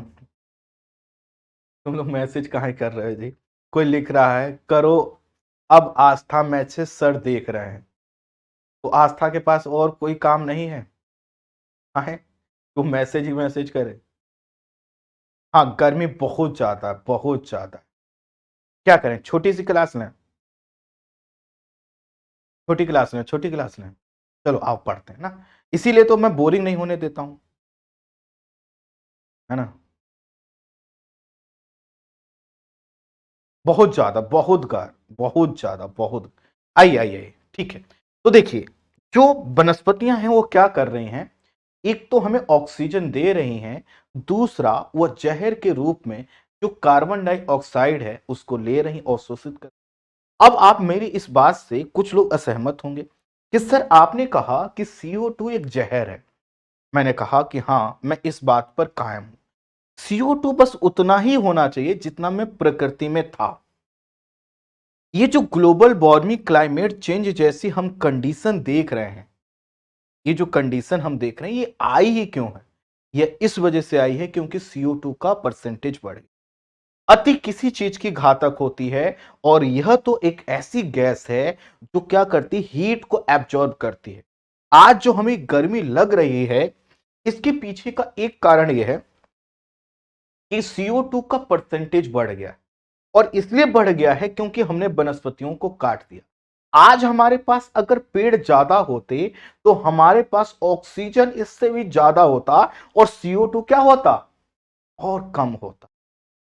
लेकिन हम क्या कर रहे हैं, अपने दोस्त और मित्र को ही समाप्त किए जा। कहा जाता है कि जब किसी जीव का नाम नहीं लूंगा, उसका नंबर आता है तो सड़क की ओर भागता है ना। इंसान जब अपनी सभ्यता को नष्ट करने का प्रयास करता है तो वह क्या करता है, कंक्रीट के जंगल बनाता है, और कंक्रीट के जंगल कभी भी प्राकृतिक जंगल का स्थान नहीं ले सकते। क्लियर? ठीक है। तो हमने क्या देखा कि ऑक्सीजन हमें क्या प्राप्त होता है, वनस्पति। इसी चीज को अगर हम देखें तो जहां जहां पर, जैसे अगर हम पश्चिमी घाट में जाएं, हम कहां जाएं, पश्चिमी घाट में, तो हमें खूब ज्यादा यहां पर क्या होगा, O2 हमें खूब मिलेगा, समझिएगा। ठीक इसी तरह से अगर हम पूर्वोत्तर भारत जाएं, पूर्वोत्तर भारत, तो यहां पर क्या मिलेगा, O2 हमें खूब मिलेगा, O2 ज्यादा मिलेगा। ठीक इसी तरह से हम द्वीपीय क्षेत्रों में जाएं, द्वीपीय क्षेत्र, तेजी से नोट कीजिएगा, तो यहां पर भी हमें O2 क्या होगा, बहुत ज्यादा मिलेगा। अब समझिए, अगर हम अगर हम ऐसे क्षेत्र में जाएं जो वनस्पति विहीन है, वनस्पति विहीन है, तो क्या वहां पर ऑक्सीजन ज्यादा होगा? तो इसका उत्तर है नहीं। जैसे अधिक ऊंचाई पर, अधिक ऊंचाई पर क्या होता है, वनस्पति नहीं होती, तो वहां पर ऑक्सीजन का जो लेवल है वो भी क्या होता है, घट जाता है। ऑक्सीजन का जो लेवल है वो भी घट जाता है। जैसे अगर हम देखें तो लगभग 1600, सॉरी, लगभग 16,000 फीट, फीट जानते हैं ना, हाँ, तो 16,000 फीट पर जो ऑक्सीजन है, ऑक्सीजन की जो मात्रा है वो घटकर 60% रह जाती है। ऑक्सीजन क्या होता है, 60% रह जाता है। और वहीं अगर हम लगभग, मान लो कोई आपसे पूछ ले कि अगर हम एवरेस्ट पर जाते हैं, एवरेस्ट पर, तो वहां पर वनस्पति नहीं है, आप कहोगे नहीं, और अधिक ऊंचाई पर है तो आप कहोगे हाँ। तो यहां पर ऑक्सीजन कितना होता है, वायुमंडल का जो ऑक्सीजन का परसेंटेज है यहां पर कितना बचता है, तो आप कहोगे यहां पर ऑक्सीजन हमारे मैदानी क्षेत्र में या किसी जंगल वाले क्षेत्र में या समुद्र तट पर जितना ऑक्सीजन मिलता है उसका लगभग 30% ऑक्सीजन हमें मिलता है। और इसी के कारण आप देखते होंगे कि जो लोग पर्वतों पर चढ़ते हैं, आपको एक आर्टिकल अभी कुछ दिन पहले ही निकला था कि अगर अब आप माउंट एवरेस्ट की चढ़ाई वाले क्षेत्र पर जाएंगे ना, तो आपको हर कदम पर कंकाल मिलेगा। ये कंकाल कैसे बने, ये लोग कैसे मरे, यह जो है कि इनको लगा कि अरे हम तो बड़े चंगे हैं, हष्ट पुष्ट हैं, चलो हिमालय चढ़ाते हैं, है ना, एवरेस्ट चढ़ाते हैं, चढ़ना चालू की। जैसे जैसे ऊंचाई पर गए ऑक्सीजन का परसेंटेज कम होने लगा, धड़कन क्या हो गई, साथ छोड़ दिया, और क्या हो गए, मरे। आप खुद समझो, थोड़ा सा हमें ऑक्सीजन कम मिलता है हम फड़फड़ाने लगते हैं, इस ऊंचाई पर तो ऑक्सीजन घटकर 30% रह जाता है, तो हमारी क्या ही कंडीशन यहां पर होती हो। 120 किलोमीटर पर तो 120 किलोमीटर की ऊंचाई पर O2 क्या होता है, एकदम नगण्य हो जाता है। नगण्य का मतलब एकदम समाप्त की कंडीशन पर। पॉइंट टू बी क्लियर कि ऑक्सीजन जहां पर है वहीं पर जीवन है।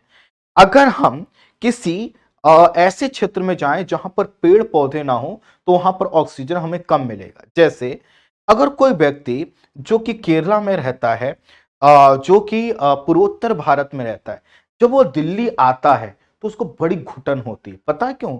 क्योंकि यहाँ का जो वायुमंडल है इसमें ऑक्सीजन का कंसंट्रेशन, उसका रेशियो, उसका परसेंटेज कम है। कारण पेड़ पौधों का कम होना, दूसरी गैसों का अनुपात ज्यादा होना। वहीं उलट अगर दिल्ली का व्यक्ति किसी ऐसे क्षेत्र में जाता है जहां पर जंगल हैं, जहां पर वनस्पतियां हैं, जहां पर अन्य तरह के उत्पादक जो हैं, वहां पर ऑक्सीजन का परसेंटेज बढ़ता है तो उसका चेहरा निखर आता है, एकदम ठंडक का एहसास होता है, उसको खुशी मिलती है।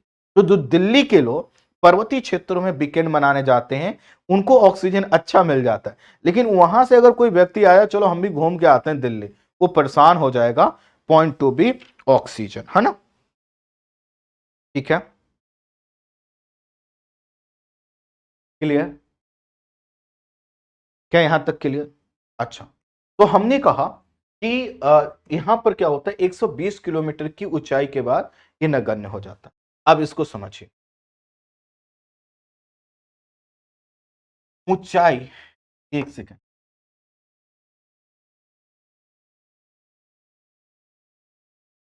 हाइट और ऑक्सीजन का जो संबंध है वह क्या, इनवर्स संबंध। ये पॉइंट नोट कर ले, है ना।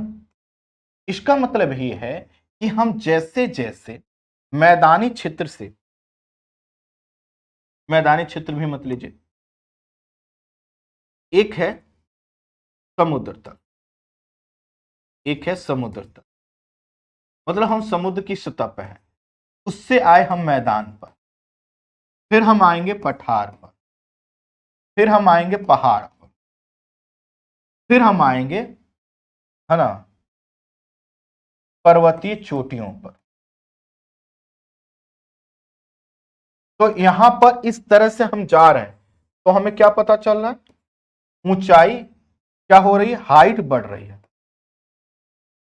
हाइट क्या हो रही है, बढ़ रही है, ऊंचाई पर हम जा रहे हैं। लेकिन जो ऑक्सीजन है वो क्या होगा, इधर से इस तरफ जाने पर, ऐसे जाने पर ऑक्सीजन क्या होगा, ऑक्सीजन कम। ठीक है, इसी चीज को मैंने यहां पर एकदम शॉर्ट में लिख दिया है। तो जैसे जैसे हाइट बढ़ेगी ऑक्सीजन क्या होगा, कम होगा। दूसरा, यहां पर एक और फॉर्मूला लिखिए, एक फॉर्मूला और लिखिए कि वेजिटेशन, वेजिटेशन, है ना, डेंसिटी, वेजिटेशन डेंसिटी अर्थात वनस्पति की सघनता का समानुपाती संबंध होता है ऑक्सीजन से। जहां पर क्या होगा, वेजिटेशन ज्यादा होगा, जहां पर वनस्पतियां ज्यादा होंगी वहां पर ऑक्सीजन क्या होगा, उतना ही ज्यादा होगा। ठीक है, क्या यहां तक बात क्लियर हो गई? दूसरा पॉइंट एक और है ना, सागर से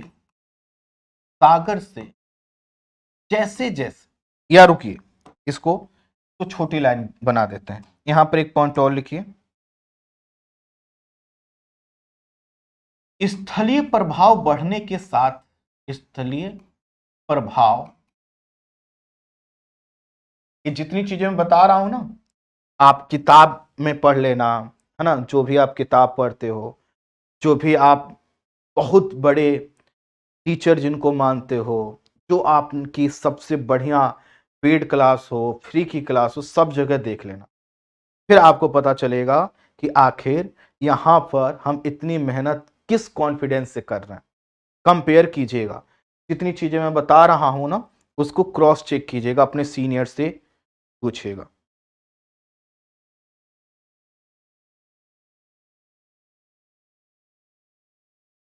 लड़ लीजिए, आपस में लड़ लीजिए, है ना। जब एक आध लोग एक दूसरे की खोपड़ी फोड़ लें और एम्बुलेंस का नंबर आए तो मुझे भी बता दीजिएगा। जब तक एम्बुलेंस नहीं आता खूब लड़ लीजिए, हाँ, नोचिए, बाल नोच लीजिए, एकदम कर लीजिए, एकदम नोच लीजिए, है ना। हाँ ठीक ठीक, अच्छा कर रहे हैं आप लोग, है ना, बहुत अच्छा कर रहे हैं। हम डिप्रेशन में पता है इसीलिए जाते हैं, आप लोगों के कमेंट देखकर हम डिप्रेशन में जाते हैं। हमारी मेहनत में कोई कमी नहीं है, हम यही देख कर ना, हम तो सोचे यूट्यूब से यहां पर आए कि सीरियस लोग मिलेंगे, है ना, तो कुछ लोग यहां पर भी क्या होते हैं, लड़ने लगते हैं।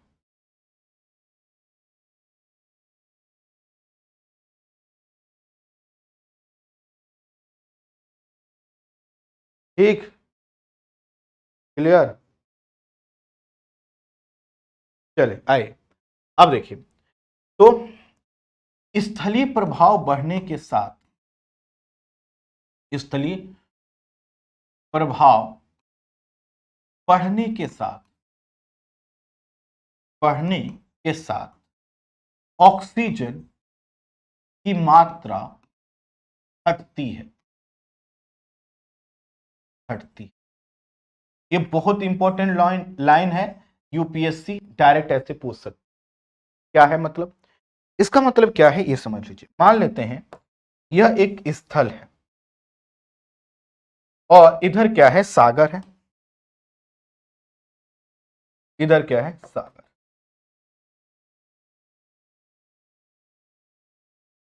अब देखिए, आपको पता है हम सबसे ज्यादा ऑक्सीजन कहां से प्राप्त करते हैं? एक बार बताइए, हम सबसे ज्यादा ऑक्सीजन प्राप्त कहां से करते हैं? सबसे ज्यादा हम ऑक्सीजन कहां से प्राप्त करते हैं? तो यह है हमारा सागर, और इसी सागर में पाए जाते हैं शैवाल, और यही शैवाल क्या करते हैं, हमें सर्वाधिक O2 देते हैं।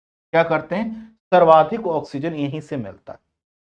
अब यहां पर जहां जहां पर शैवाल हैं वहां पर क्या हो, ऑक्सीजन ज्यादा हो, और जैसे जैसे हम स्थल की ओर बढ़ेंगे क्या होगा, जैसे जैसे से हम सागर से स्थल की ओर जाएंगे या किसी महाद्वीप, स्थल का मतलब है कि महाद्वीप, किसी महाद्वीप के अंदर जाएंगे, तो जैसे जैसे हम किसी महाद्वीप से अंदर की ओर जाते हैं क्या होता है, वर्षा की मात्रा घटती है, वर्षा की मात्रा घटती है। आप देखेंगे ना, तो जो महाद्वीप के आंतरिक भाग हैं वो मरुस्थल के रूप में होते हैं, चाहे सहारा मरुस्थल को देख लीजिए, एशिया मरुस्थल को देख लीजिए, तो जो मध्य वाला भाग है वहां पर वर्षा की बात मात्रा कम होती है, तटीय क्षेत्रों में वर्षा ज्यादा होती है, और वर्षा की मात्रा कम होने की वजह से स्थल के मध्य में जब आप आते हैं तो यहां पर क्या होगा, वनस्पति कम मिलेगी, और वनस्पति कम होगी तो O2 क्या हो जाएगा, कम। O2 क्या हो जाएगा, कम हो जाएगा। इसको एक एग्जांपल से समझते हैं। हम अपने देश में तीन स्थानों को लेते हैं। एक लिया हमने अंडमान निकोबार, ANI, तो यहां पर क्या है, O2 बहुत ज्यादा। इसके बाद हम आ गए कलकत्ता। कलकत्ता, तो कलकत्ता भी देखिए शहर है, लेकिन वो सागर के समीप में है, तो वहां पर क्या होगा, ऑक्सीजन अपेक्षाकृत कम होगा, एन अंडमान निकोबार आइलैंड से कम होगा, लेकिन फिर भी ठीक ठाक होगा। लेकिन अब आ जाओ आप स्थल से अंदर बढ़ते बढ़ते दिल्ली, यहां पर ऑक्सीजन क्या होगा, घट जाए। क्यों घट जाएगा, क्योंकि यहां तक आते आते वर्षा की मात्रा घट जाएगी, वनस्पति की सघनता घट जाएगी, है ना।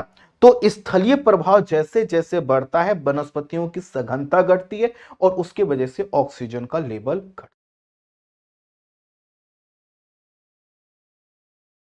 क्लियर, ठीक है।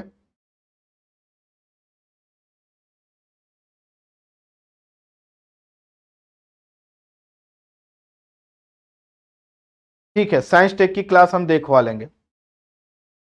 क्लास हुई थी, वो लग रहा है ना एनसीईआरटी वाले सेगमेंट में बन गई थी। कल की क्लास के साथ भी ऐसी दिक्कत हुई थी, अभी हम ठीक करवा, यहां तक क्लियर। तो अब बताइए, क्या हमें ऑक्सीजन के विषय में एक अच्छी खासी जानकारी मिल गई। क्या हम ऑक्सीजन पे अगर हम 100-150 वर्ड लिखना चाहें तो आसानी से लिख सकते हैं, लिख सकते हैं। और ऑक्सीजन का, है ना, ऑक्सीजन का इंपॉर्टेंस भी समझ में आ गया। क्लियर, एकदम क्लियर। गुड, वेरी गुड, अच्छे से समझिए। अब आ जाते हैं एक और महत्वपूर्ण gas, CO2 carbon dioxide. CO2 carbon dioxide,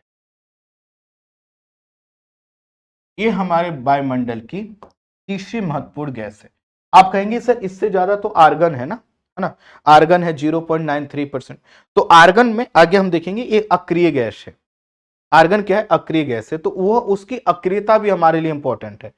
वह क्या करती है, अन्य गैसों को सक्रिय होने से रोकती है, या अन्य गैसों की सक्रियता को लिमिटेड करती है। लेकिन जो हमें उसमें ज्यादा कुछ है नहीं, आगे हम देख लेंगे। हम बात करने जा रहे हैं CO2 कार्बन डाइऑक्साइड, ठीक है। इसका जो परसेंटेज है वह हम लोगों ने कितना देखा, 0.003, है ना, 6%, राइट, इतना ही है। तो आपको किताबों में अगर 0.03 मिलेगा तो क्या वो गलत है, क्या वो गलत है, नहीं, वो गलत नहीं है। 6 वो डबल डिजिट तक ही लेते हैं, थर्ड डिजिट तक नहीं लेते, वो भी ठीक है। तो 0.36 एक्यूरेट है। चलिए आप देखिए, अब यह जो गैस है यह इसलिए महत्वपूर्ण है क्योंकि यह एक काम करती है। ये क्या करती है, हरित गृह प्रभाव। इसका क्या मतलब हुआ, इसका मतलब हुआ ग्रीन हाउस इफेक्ट क्रिएट। हाँ, आप कहेंगे सर इसका क्या मतलब हुआ, ये तो आपने हिंदी का इंग्लिश में लिख दिया। हाँ, मतलब बता, मतलब मैं पहले भी बता चुका हूं, फिर भी बता। आइए, हम चलते हैं साइबेरिया। ये हमारा साइबेरिया, और इस साइबेरिया पर ये क्या है,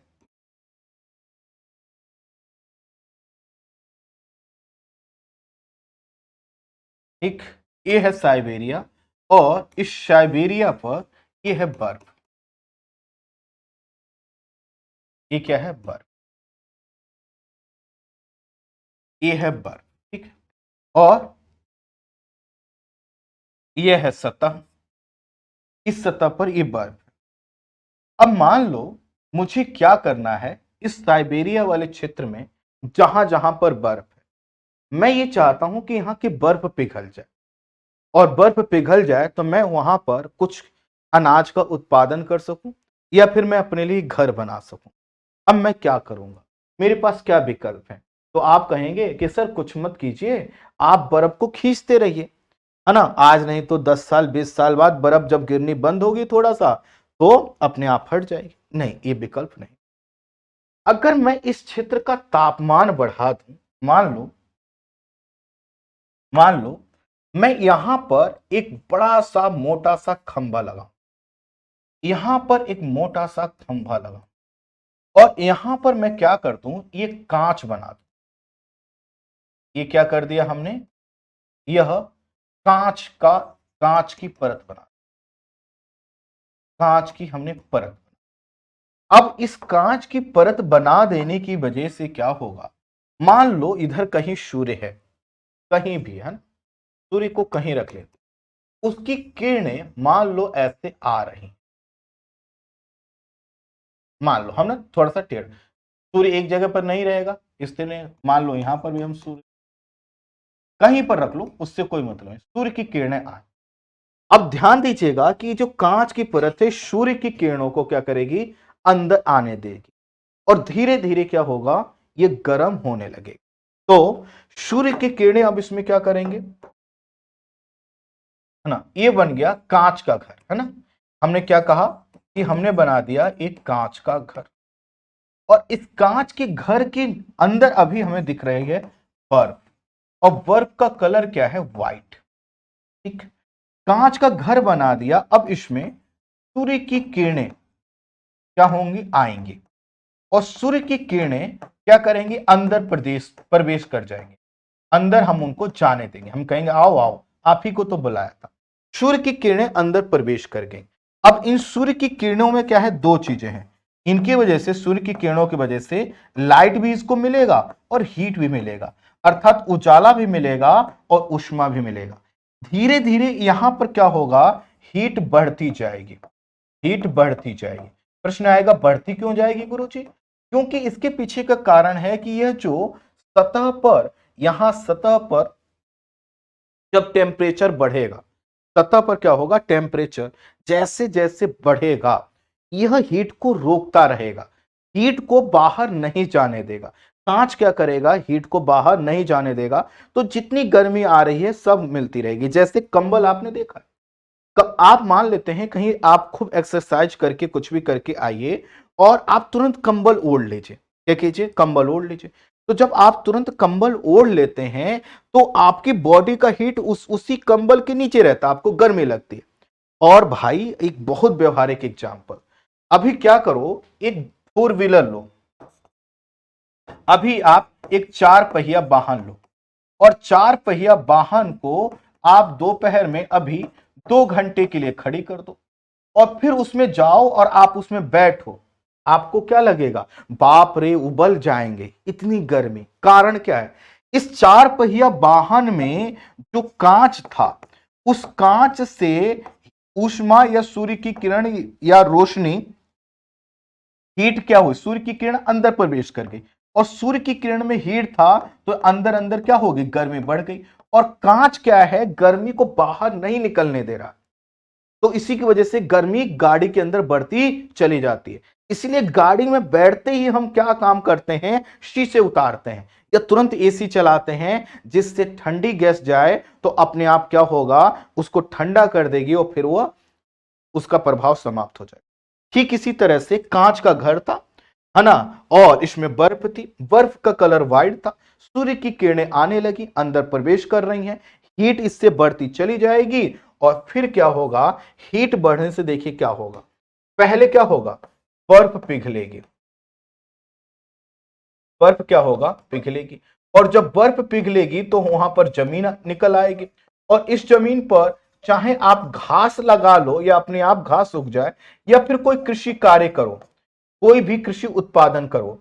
अब बताइए कि जब कृषि कार्य या घास इसमें लग गया तो अब इसका कलर क्या हो जाएगा, जो पहले व्हाइट था अब क्या हो जाएगा, ग्रीन हो जाएगा, हो जाएगा ग्रीन, हो जाएगा कि नहीं ग्रीन। तो अब यहां पर जो कांच का घर है इसमें क्या हुआ, ये ग्रीन हो गया, और ग्रीन कौन क्या हुआ, ये हाउस हुआ, और इसमें इफेक्ट क्या आया, क्या इफेक्ट आया, इफेक्ट यह आया कि जो सूर्य की किरणें थी, सूर्य की किरणों की ऊष्मा इसमें क्या रह गई, फंस कर रह गई, फंस कर रह गई, और इसकी वजह से क्या हो गया, ग्रीन हाउस में कन्वर्ट हो। तो हम लोगों ने ये देखा कि जहां जहां पर हम कोई ऐसी परत लगा देते हैं, कोई भी जमीन हो, और इसके लिए मैंने आपको एग्जाम्पल बताया था, एक रोमन साम्राज्य हुआ करता था। रोमन साम्राज्य के एक राजा को किसी ने टेबल पर कहा कि भैया ये है सलाद, सैलेड खाते थे, उसी सैलेड में किसी ने खीरा दे दिया खाने के लिए। अब जब रोमन साम्राज्य के राजा ने खीरा खाया, उन्हें बड़ा पसंद आया। उन्होंने कहा अपने मालियों से कि डेली हमारे टेबल पर क्या चाहिए, खीरा चाहिए, अगर खीरा नहीं मिला तो गर्दन कट जाएगी। अब राजा की बात कौन टाल सकता था। फिर यह हुआ कि भाई खीरा कहां से आएगा, तो पता चला कि खीरा गर्म क्षेत्रों में होता है। तो रोमन साम्राज्य रोम के उत्तरी हिस्से में जो था, वहां पर ठंडी उस समय पड़ती थी, इतनी गर्मी थी नहीं। फिर हुआ क्या किया जाए, फिर उन्होंने कहा कि ठीक है, वहां पर किसी व्यक्ति ने दिमाग लगाया कि ऐसा करो भाई, चाहे प्लास्टिक या कांच की कोई ऐसी परत बना लो जिसमें हम सूर्य की किरणों को लाएं और अंदर हम गर्मी प्रोड्यूस कर सकें, और जब उस घर के अंदर गर्मी हो जाएगी तो हम गर्म जलवायु की फसलें भी उगा सकते हैं। तो इसी को बोला गया ग्रीन हाउस। और इसमें इफेक्ट क्या है, इसमें इफेक्ट क्या है कि सूर्य की किरणों को हमें रोकना है। और सूर्य की किरणें कैसे रोक सकती हैं, कुछ ऐसी चीज की परत लगाओ जो सूर्य की किरणों को आने तो दे, लेकिन जब यहां पर गर्मी बढ़ जाए तो इसको बाहर ना जाने दे। तो हमारी प्रकृति ने दरअसल पहले से ही यह इफेक्ट दिया था। हमारी पृथ्वी के वायुमंडल में यह कार्बन डाइऑक्साइड गैस इसीलिए दिया गया ताकि यह जो दिन में टेम्परेचर आता है इसको आने दे, लेकिन रात में क्या हो, जब पृथ्वी अपनी ऊष्मा को छोड़े तो ऐसा ना हो जाए कि रात में एकदम जो है कि ऊष्मा चली गई। अगर यह ग्रीन हाउस गैस अर्थात CO2 ना होता, समझ रहे हैं क्या होता, दिन के समय सूर्य की किरणें आती, कोई दिक्कत नहीं, खूब आ गई और गर्मी बढ़ जाती। लेकिन रात में क्या होता, यहां जब यह अब पृथ्वी अपनी ऊष्मा को छोड़ती तो पूरी ऊष्मा अंतरिक्ष में चली जाती, रात में टेम्परेचर एकदम डाउन हो जाता, बर्फ गिरती। यह बर्फ ना गिरे, इसी के कारण वायुमंडल में CO2 की एक परत है। CO2 की परत का मतलब ऐसा नहीं कोई बिल्कुल स्पेसिफिक परत है, इस गैस को रखा गया। तो यह गैस क्या करती है, कंबल की तरह, कांच की तरह, प्लास्टिक की तरह काम करती है। जब हमारी पृथ्वी रात को अपनी ऊष्मा को अंतरिक्ष में भेजती है तो यह उस ऊष्मा को तुरंत वापस नहीं जाने देती, जिसके वजह से हमारे वायुमंडल का औसत तापमान 15 डिग्री सेल्सियस बना रहता है। यह 15 डिग्री सेल्सियस जो तापमान है यह तभी तक बना रहेगा जब तक कि कार्बन डाइऑक्साइड जैसी गैस है। यह गैस क्या कर रही है, हमारे वायुमंडल में फैली हुई है, एक चादर की तरह, एक ब्लैंकेट की तरह काम कर रही है। और जब सूर्य की किरणें आती हैं तो उनको कहती है कि ठीक है तुम जाओ। सूर्य की किरणों ने हमारी जमीन को गर्म कर दिया, हीट हो गया, तो हीट का क्या होता है, हमेशा ट्रांसफर होता है। अब जब जमीन गर्म हो गई है तो जमीन कहती है अंतरिक्ष को कि भैया ये सूर्य के द्वारा दिया गया जो ऊष्मा है हम इसको वापस कर रहे हैं। तो पृथ्वी क्या करती है, पार्थिव विकिरण करके अपनी ऊष्मा को अंतरिक्ष में वापस लौटाने का प्रयास करती है। क्या करती है, वापस लौटाने का प्रयास करती। लेकिन यह जो ऊष्मा है पूरी तरह से बाहर नहीं जा पाती, क्योंकि बीच में कार्बन डाइऑक्साइड गैस बैठी हुई है। जैसे ही पार्थिव विकिरण हुआ या पृथ्वी ने अपनी जो ऊष्मा भेज रही है अंतरिक्ष की ओर जाती है, तो यह CO2 कहता है कि कहां जा रहे हो, अंतरिक्ष, नहीं नहीं अभी नहीं, रुको, बैठो, हमसे बातचीत करो, ऐसे नहीं जाना, दोस्ती करो हमसे, टैक्स दो हमारा। और इस तरह से क्या होता है, जो रात के समय हमारा टेम्परेचर बहुत ज्यादा गिर जाना चाहिए था वह गिर नहीं पाता। क्या हम लोग इस बात को, है ना, क्या हम इस बात को समझ पाए, प्लीज एक बार बता दीजिए। एकदम क्लियर, एकदम क्लियर, एकदम क्लियर होना चाहिए। जब मैं पूछूं समझ पाए कि नहीं, तो उसका पैमाना यह है कि क्या हम दूसरे को ये समझा पाएंगे कि नहीं। और आप लोग क्लास की क्वालिटी चेक कर रहे हो कि नहीं, अभी तो देखो हम प्रीलिम्स का नोट्स बनवा रहे हैं, आप इसको नोट कर रहे हो। अभी क्या करेंगे, पूरा जब चैप्टर कंप्लीट हो जाएगा तो इसको लैंग्वेज में दूंगा, एक एक लाइन, हाँ एक एक लाइन, ठीक है। दिमाग कंसंट्रेशन से पढ़िए, बिल्कुल समझ में आएगा। 90% लोगों को नहीं, 99% लोगों को एकदम क्लियर हो रहा है। मुझे अगर किसी कारण से नहीं हो रहा है तो कहीं व्यक्तिगत खामियां भी हो सकती हैं, इसलिए थोड़ा सा लेवल को बढ़ाइए। तो अब देखिए हमने क्या देखा, हमने ये देखा हमारे वायुमंडल में CO2 क्या करती है, हीट को एब्जॉर्ब करती है, अर्थात इसका अवशोषण। लेकिन किस हीट को, दरअसल उस हीट को जो पृथ्वी अंतरिक्ष की ओर भेजती, अंतरिक्ष। इसको कैसे समझे, ये रही हमारी पृथ्वी, ये रही हमारी पृथ्वी, और मान लेते हैं ये हमारा वायुमंडल, और इसकी खोपड़ी पर हम बना देते हैं सूर्य को, मान लेते हैं हमारा सूर्य। अब सूर्य से यह किरणें आ रही, सूर्य से यह किरणें आ रही, इनको बोलते हैं short wave radiation, short wave radiation. Hindi में बोलते हैं, हिंदी में बोलते हैं लघु तरंग विकिरण, लघु तरंग विकिरण। अब देखिए लघु तरंग विकिरण से होते हुए यह जो शॉर्ट वेव रेडिएशन है यह सतह पर आ गया। अब खुद समझिए, जब सतह पर ये आएगा तो इसके वजह से क्या होगा। अब ये जो पृथ्वी का ये वाला जो भाग है, पृथ्वी का जहां पर सूर्य की किरणें पड़ेंगी वह क्या होगा, गर्म होने लगेगा। जैसे हमारी जमीन क्या हो रही है, सुबह के बाद से गर्म होना चालू हो जाती है, तो पृथ्वी की सतह क्या हो गई, गर्म हो। पृथ्वी की जो सतह है वह क्या हो गई, गर्म हो। ठीक, अब जब गर्म हो गई तो ये जब खूब ज्यादा गर्म हो जाती है, तो कोई भी चीज जब गर्म हो जाती है तो टेम्परेचर क्या होता है, ट्रांसफर होता है। टेम्परेचर का क्या होता है, ट्रांसफर। टेम्परेचर, हाई टेम्परेचर से लो टेम्परेचर की ओर क्या होता है, टेम्परेचर का ट्रांसफर होता है। तो पृथ्वी ने जब जो है कि अपनी ऊष्मा प्राप्त की, ये गर्म हो गई, फिर इस क्या करती है पृथ्वी, अपनी ऊष्मा को, अपनी गर्मी ब्रैकेट में हीट को वापस अंतरिक्ष में भेजने का प्रयास करती, वापस अंतरिक्ष में भेजती है, वापस अंतरिक्ष में। और वापस इसलिए अंतरिक्ष में भेजती है ताकि कल जब फिर से, अब सोचो अगर डेली हमारी पृथ्वी 40 डिग्री 45 डिग्री हीट प्राप्त कर रही, अंतरिक्ष में अगर ना भेजे तो आप समझ रहे हो क्या कंडीशन होगी। आज मान लो आज से पृथ्वी हीट को वापस भेजना बंद कर दे, तो आज हम लोगों ने 40 डिग्री सेल्सियस टेम्परेचर रिकॉर्ड किया, तो ये 40 बना रहेगा। अगले दिन आएगा सूर्य की किरणें, फिर से दिन होगा, फिर से क्या होगा, और गर्मी पड़ेगी। तो मालूम चला कुछ ही दिनों में 200 500 1000 डिग्री सेल्सियस का टेम्परेचर होगा। इसलिए पृथ्वी क्या करती है, हीट को वापस भेजती रहती है ताकि अगले दिन के लिए वो फिर से तैयार हो सके।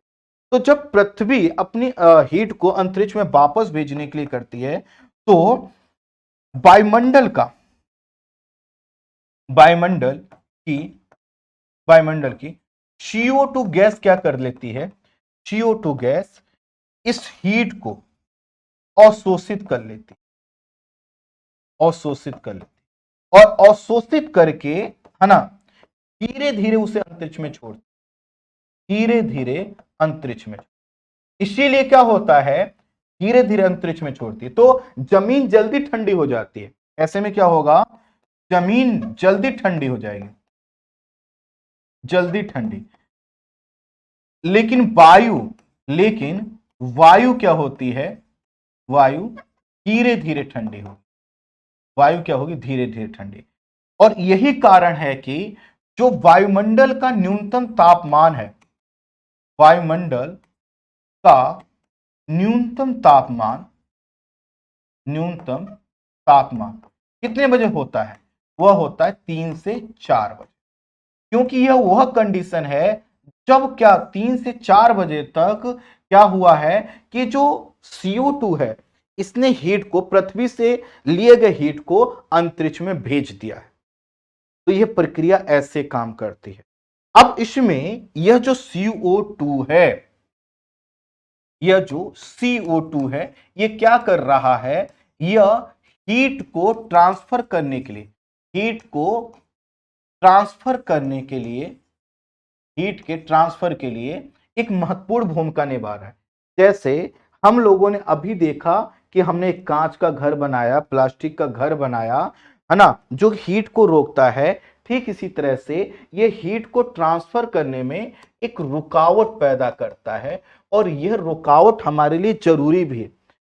अगर ये रुकावट पैदा ना करता तो हमारी वायुमंडल का जो औसत टेम्परेचर 15 डिग्री सेल्सियस है, यह मेंटेन नहीं रह पाता।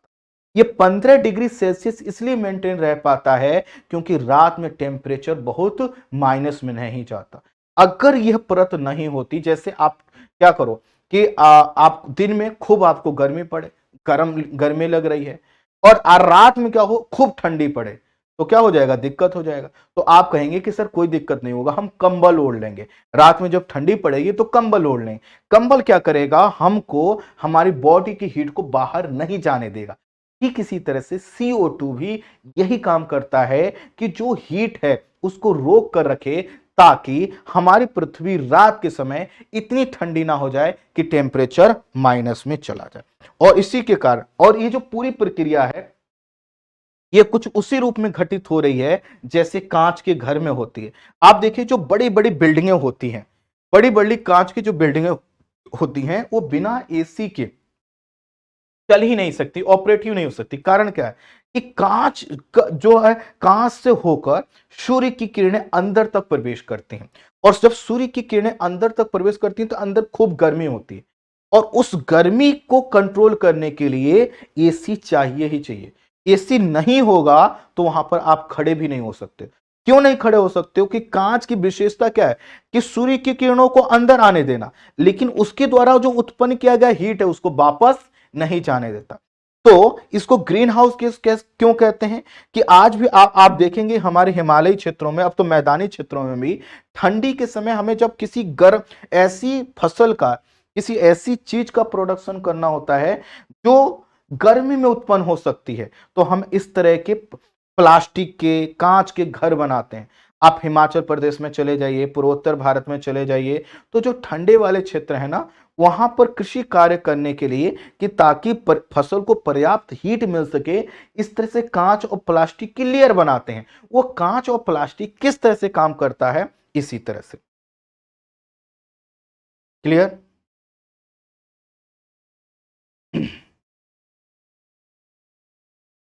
यहां तक क्लियर?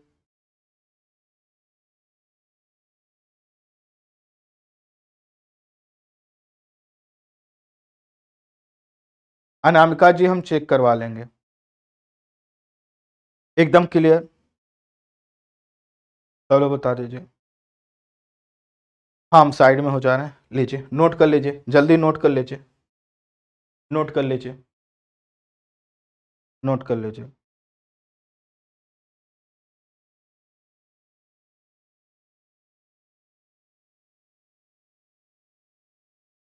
ठीक है, चल, बिल्कुल क्लियर। आज इतना ही रखते हैं, इसके आगे की जर्नी हम लोग कल तय करेंगे।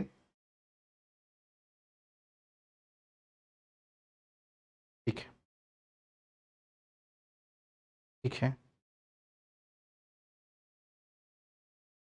ठीक है अंबिका जी, टेस्ट सीरीज चेक करवा देंगे हम।